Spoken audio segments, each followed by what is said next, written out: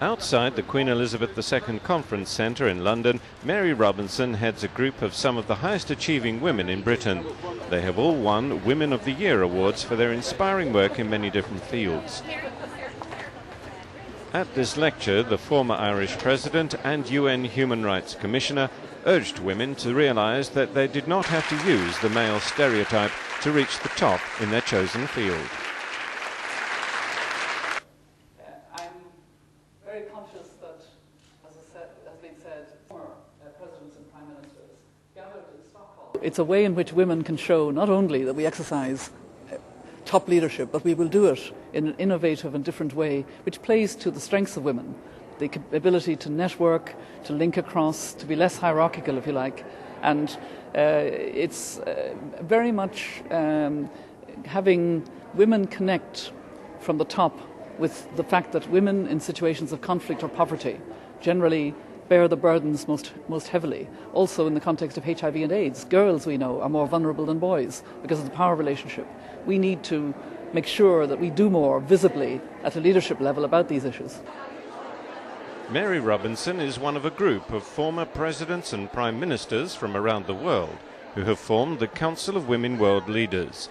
Did she really think women could make a difference in, say, the Middle East peace negotiations?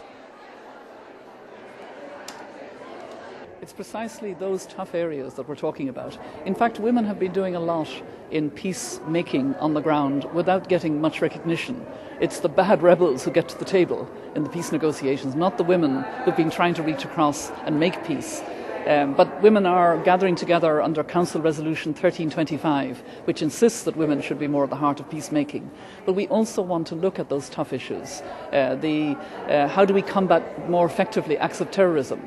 What's the damage of the broad so-called war on terrorism that is perpetuating a divide? And we're reaching across to women in different regions and also intergenerationally, making space for younger women. And the idea is really to take all of this and bring it to a new level by having this enabling collective leadership. And I'm glad to say it seems to be catching on. She said she'd been brought to thinking about this new form of women's leadership by her own experiences. I think I've been lucky in many ways because when I was serving as UN High Commissioner for Human Rights, a lot of my time was spent in zones of conflict with women in the village, with those who are suffering from deep poverty, deep suffering, discrimination, lack of attention to maternal mortality, you name it. And I felt more and more, why don't we, who can have that power and influence, why don't we do more? So that's part of the reason why I've been making this connection. I've been fortunate enough in my life to be able to make this connection, and it's vital that women do it because women are still discriminated against. They're still second-class citizens in many situations. They feel less able to get their voice out, and we have to do something about that.